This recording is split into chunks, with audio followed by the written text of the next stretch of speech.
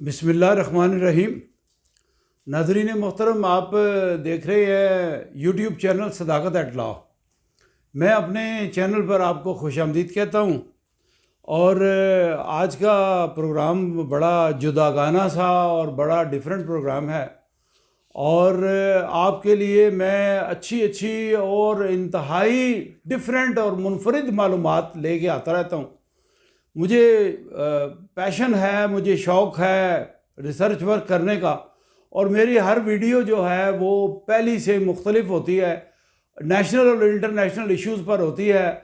और एक मज़बूत और मयारी जो वीडियो है वो बनाने की मैं कोशिश करता हूँ। तो प्रोग्राम का बाकायदा आगाज़ करने से पहले आपसे रिक्वेस्ट है कि आप मेरे चैनल को लाइक कीजिए, सब्सक्राइब कीजिए और आगे भी शेयर कीजिए, ताकि आपके बाकी जो मिलने वाले दोस्त हैं या जानने वाले लोग हैं उनको भी ये मुफीद मालूमात मिल सके। तो चलें आगे बढ़ते हैं और प्रोग्राम का आगाज़ करते हैं बिना टाइम वेस्ट किए। आज का हमारा जो सब्जेक्ट है ये एक इंटरनेशनल मैटर है। सब्जेक्ट है American mode of arrest for other strong countries. यानी अमेरिका दुनिया में सबसे ज़्यादा ताकतवर मुल्क समझा जाता है और है। और ये किस तरह अपने मद्दे मुकाबिल कोई मुल्क जो ताकत हासिल कर रहा हो या दुनिया में कोई मिलिट्री पावर बन रहा हो या कोई इकनॉमिक पावर बन रहा हो, तो उसको किस तरीके से ये अरेस्ट करता है, उसको किस तरीके से ये अपने काबू में करता है, ये मेरा आज का सब्जेक्ट है। और इसके लिए ये CIA का इस्तेमाल करते हैं और दुनिया में बहुत बड़े फंड इन्होंने रखे हुए हैं और दुनिया में बड़े इनके एजेंट, इनके ख़रीदे हुए एजेंट हैं जिन पर ये बला का पैसा खर्च करते हैं और ये अपना काम सर अंजाम देते हैं। तो मैं आपको ब्रीफली बताऊंगा, वीडियो इतनी लंबी हो नहीं सकती। एक तो लोग ज़्यादा लंबी वीडियो देखते नहीं हैं, दूसरा ये है कि लोगों के पास आजकल टाइम नहीं है लंबी वीडियो देखने का। हर आदमी बिज़ी है, शॉर्ट वीडियो पसंद करते हैं। तो चलें शुरू करते हैं, प्रोग्राम का आगाज़ करते हैं। ये जो हमारा आज का इंटरनेशनल सब्जेक्ट है ये ख़ास तौर पर पाकिस्तान के लिए मैं चूँकि काम करता हूँ, तो मेरा ये पहला सब्जेक्ट जो आज का है ये मैं शुरू करूँगा वर्ल्ड वार 2 से और इसके 3-4 पार्ट्स होंगे। आखिरी पार्ट में मैं पाकिस्तान और बाकी मुस्लिम कंट्रीज डिस्कस करूँगा। आज मैं आपको बड़ी हैरत अंगेज़ और बड़ी मुफीद और बड़ी मालूमाती इन्फॉर्मेशन दूंगा। वो स्टार्ट होती है वर्ल्ड वार 2 के ख़ात्मे के बाद। और मैं आपको बताऊंगा कि वर्ल्ड वार 2 के ख़ात्मे के बाद 1945 में यानी न्यू वर्ल्ड ऑर्डर जो था वो राइज हो चुका था। अभी आपने बहुत सारी बातें सुनी होंगी चंद साल पहले कि 9/11 के बाद दुनिया एक न्यू वर्ल्ड ऑर्डर में आ गई है। ये ऐसी बात नहीं है। ये न्यू वर्ल्ड ऑर्डर इससे पहले का चल रहा है, जो वर्ल्ड वार 2 के ख़ात्मे के बाद शुरू हुआ। और वर्ल्ड वार 2 का ख़ात्मा हुआ जब जर्मनी ने सरेंडर किया और अमेरिकन फोर्सेस के आगे, मैं आपको डेट भी बताऊंगा, एग्जैक्ट मालूमात ज़िम्मेदारी के साथ बताऊंगा।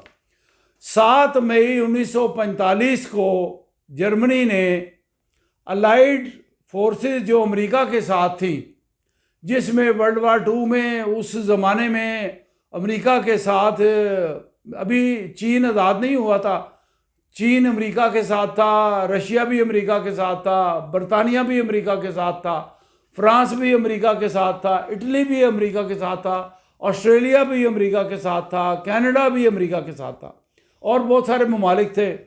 तो जर्मनी जो था उसके साथ सिर्फ जापान था। तो ऐसा हुआ, ब्रीफली मैं आपको बताता जाता हूँ, जल्दी जल्दी से शॉर्ट बातें बताता हूँ। ऐसा हुआ कि जर्मन फोर्सेस जो थी वो बड़ी ताकत में थी, जर्मन मिलिट्री, और ये फतूहात हासिल करते करते लेनिनग्राड और स्टालिनग्राड जो रशिया के सर्द तरीन इलाके हैं वहाँ तक ऊपर चली गई थी। बहुत ठंड के इलाके हैं, इतनी ठंड है वहाँ के नाकाबिले बर्दाश्त हद तक वो सर्दी है। तो वहाँ मिलिट्री को जो लॉजिस्टिक्स हैं और वो जो उनको एड फराहम की जाती है वो उनको पहुँच नहीं सकी, और इस तरह जर्मनी की नाकामी हुई। और फिर 7 मई 1945 को जर्मनी ने सरेंडर कर दिया, लेकिन जापान अभी तक सरेंडर नहीं किया था। जापान जंग कर रहा था, और जापानी कौम जो है वो बड़ी ताकतवर और बड़ी मजबूत आसाब की मालिक थी, बड़ी जंगजू कौम थी। उस वक्त वो अमेरिका के साथ जापान में उनकी फ़ाइट जारी थी, और अमेरिका हैरान था कि ये जापानी इतनी जंगजू कौम है, ये सरेंडर नहीं करती। तो ऐसा हुआ कि उस ज़माने में अमेरिकी सदर जो थे उनका नाम था Harry S Trueman. Harry S Trueman ये अमेरिकी सदर थे। इनके दौर में 16 जुलाई 1945 को अमेरिका ने एटम बम ईजाद किया। 16 जुलाई 1945, ये डेट बड़ी रेलिवेंट है, याद रखनी है। इससे पहले प्रोग्राम में मैं न्यूक्लियर बॉम्ब्स की सारी तफसील बता चुका हूँ, आप उसमें जाके देख सकते हैं। तो 16 जुलाई को न्यूक्लियर बॉम्ब ईजाद किया, धमाका किया, और 6 अगस्त को यानी तकरीबन कोई 20-25 दिन के बाद अमेरिका ने जो है वो जापान पर न्यूक्लियर बॉम्ब जो है वो गिरा दिया। यानी ईजाद करने के बाद ही लाखों इंसानों का कत्लेआम कर दिया, उनको सुरमा बना दिया। पहला बॉम्ब उन्होंने गिराया, चूँकि जंग जारी थी, फाइट जारी थी और कन्वेंशनल वार जारी थी। तो अमेरिका ने क्या किया कि पहला बॉम्ब जो था वो हिरोशिमा पर मारा गया, गिराया गया। उसका नाम था लिटिल बॉय। उनके जहाज़ B-29 बॉम्बर ने गिराया, इसका नाम था लिटिल बॉय, और वो हिरोशिमा पर गिराया गया और लाखों अफराद उसमें मर गए, एक ही उसमें मर गए। उसके बाद भी लोग मरते रहे, और आज दिन तक, अभी 100 साल नहीं गुजरे, 100 साल तक उस इलाके में घास भी पैदा नहीं होती, और आज भी बच्चे लूले लंगड़े और अपाहज बच्चे वहाँ पैदा हो रहे हैं। वो रेडिएशन के असरात इतने देर तक रहते हैं कि आपकी सोच से ज़्यादा। फिर उसके बाद दूसरा बम उन्होंने गिराया नागासाकी पे, वो 9 अगस्त 1945 को गिराया, और इस तरह से लाखों लोग उधर भी मारे गए, और जापान में बहुत बड़े पैमाने पर तबाही फैली, और उसके बाद फिर जापान को सरेंडर करना पड़ा। और फिर हैरत की बात आपको ये बताऊं कि दुनिया उस वक्त इतनी एडवांस नहीं थी, 2 महीने तक जापानी लोगों को पता नहीं चला कि हमारे ऊपर एटम बम गिराए गए हैं 2 जगह। वो समझते रहे हमारे ऊपर कोई बम गिराए गए हैं, कोई बड़ी बड़ी ताकत के बम गिराए गए हैं। उनको ये नहीं पता था कि एटॉमिक बम गिराए गए हैं। अमेरिका ने कहा कि चलो ज़रा हम अपनी नई ईजाद को टेस्ट तो करें ना, किस कदर ये तबाही फैलाता है।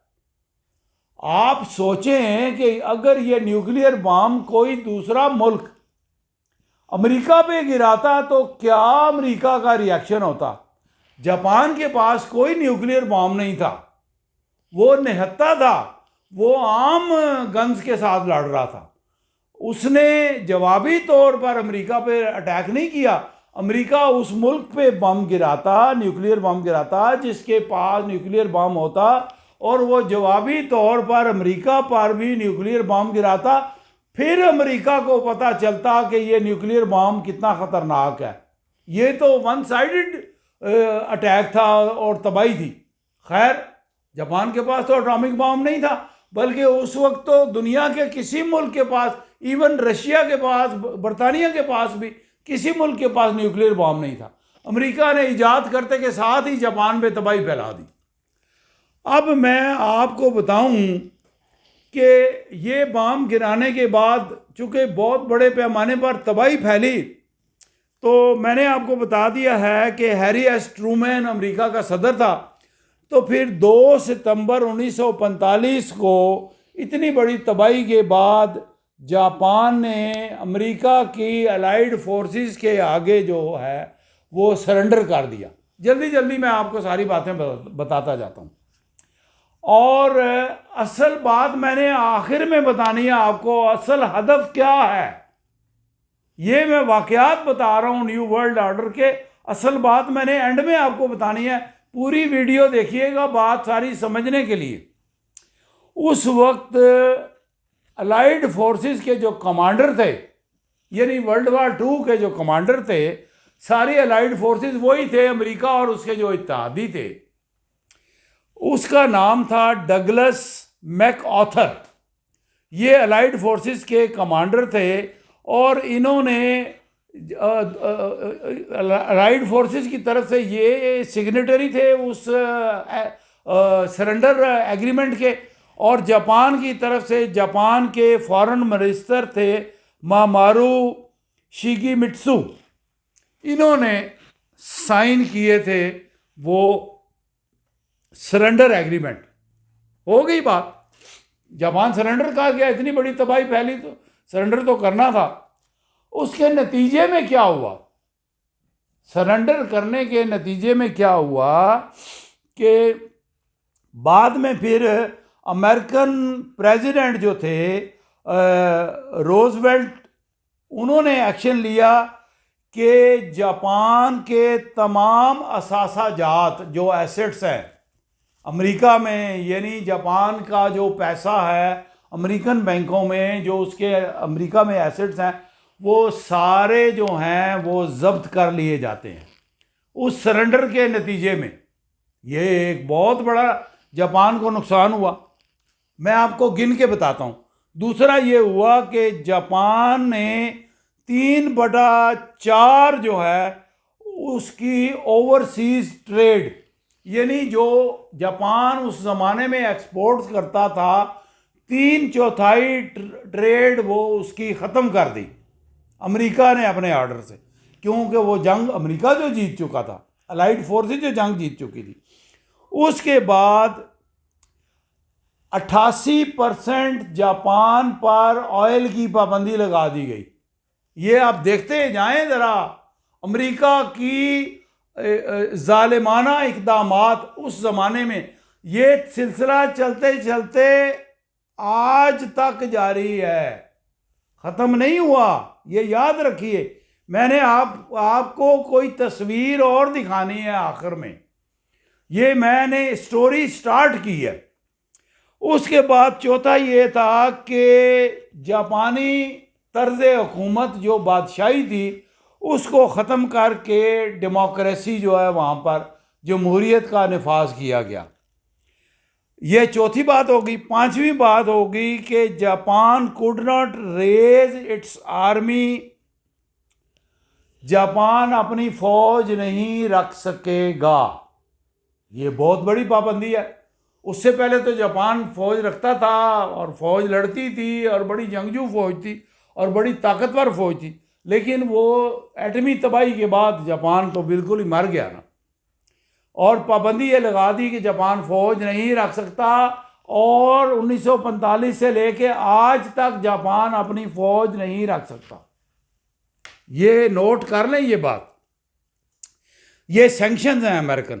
उसके बाद जापान जो है वो बाकी चीज़ें, मोटर गाड़ियाँ, इलेक्ट्रॉनिक्स का सामान तो बना सकता है, मोटरसाइकिल बना सकता है, साइकिलें बना सकता है, गाड़ियाँ बना सकता है, लेकिन जापान हवाई जहाज़ नहीं बना सकता।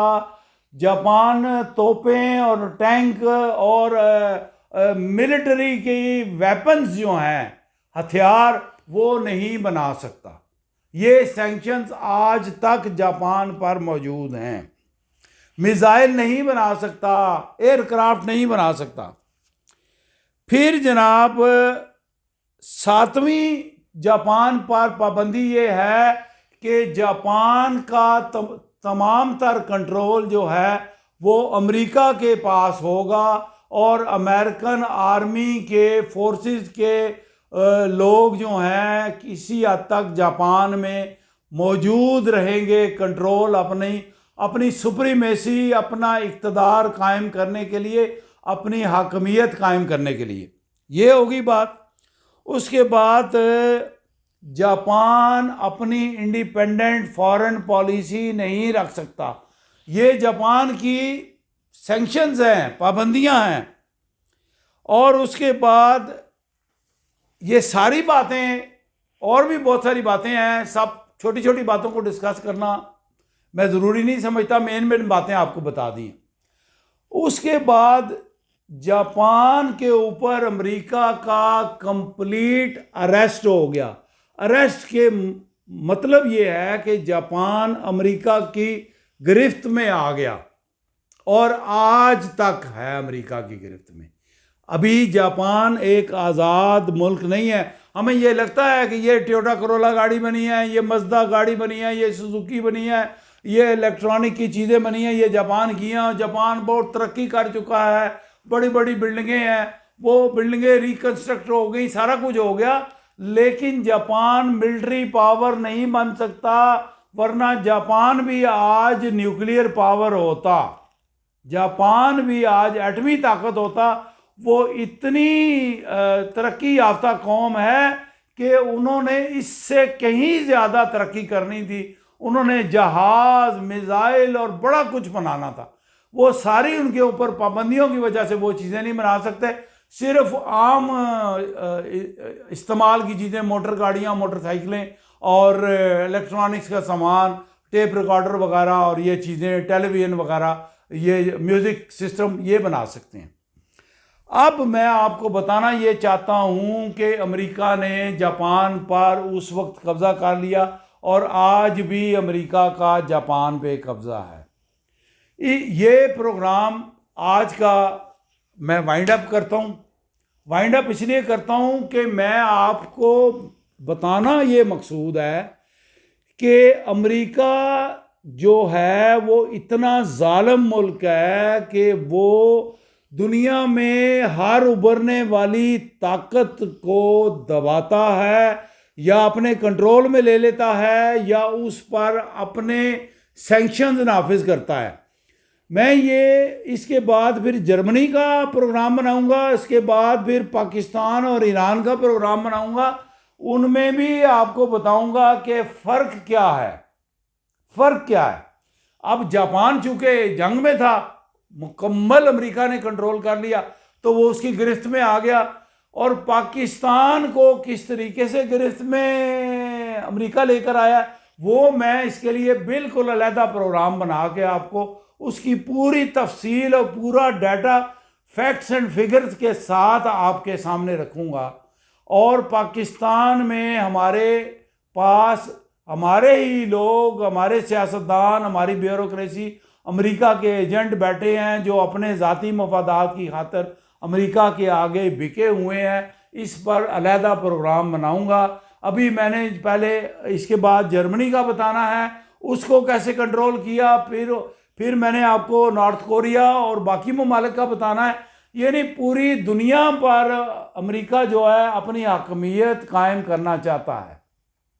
लेकिन फिर मैं आपको आखिर में बताऊंगा कि जिस हस्ती ने ये दुनिया कुर्राए अर्ज बनाया है, ये कायनात बनाई है, उस हस्ती का नाम है अल्लाह सुब्हान ताला। वो है इसका मालिक। उसका अपना कुरान करीम में इरशाद है कि एक तुम्हारा प्रोग्राम है और एक मेरा प्रोग्राम है। जब तुम्हारा मंसूबा चलता है और उसके बाद जब मेरा मंसूबा चलता है, तुम्हारा मंसूबा फेल हो जाता है। उस पर भी मैं पूरा प्रोग्राम बना के आपको बताऊंगा। आज की वीडियो इतनी थी, आपको ये बताना था कि अमेरिका किस तरीके से अपने से कमज़ोर ममालिक पर या उभरने वाली ताकत पर कब्ज़ा करता है। आज का प्रोग्राम जापान के मुतालिक था, वो आपको सारा बता दिया। आपसे इजाज़त लेते हैं। अगले प्रोग्राम में हम आपको जर्मनी का बताएंगे, उसके बाद फिर हम पाकिस्तान और ईरान का आपको बताएंगे, और फिर उसके बाद दुनिया के बाकी ममालिक का बताएंगे। यानी चीन और रूस जो बहुत बड़ी सुपर पावर्स हैं और अमेरिका के कंट्रोल और नरगे में नहीं आ सकते, उनके लिए अमेरिका की पॉलिसी क्या है। और इसके अलावा एक प्रोग्राम ये भी होगा, एक वीडियो ये भी आएगी कि जो अमेरिका के बगल बच्चे हैं, जो अमेरिका के अपने दोस्त हैं, उनके लिए अमेरिका का क्या सॉफ्ट कॉर्नर है, उनके लिए अमेरिका का मयार डिफरेंट है। मुनाफिकत का मयार है हमारे साथ, और उनके लिए दोस्ती का मयार है, मोहब्बत का मयार है। वो आपको अलहदा से वीडियो में बताएंगे। एक वीडियो में सारी बातें कवर नहीं हो सकती। आपसे इजाज़त लेते हैं आज के लिए, बस इतना ही। आपकी खैर हो, मेरे पाकिस्तान की खैर हो।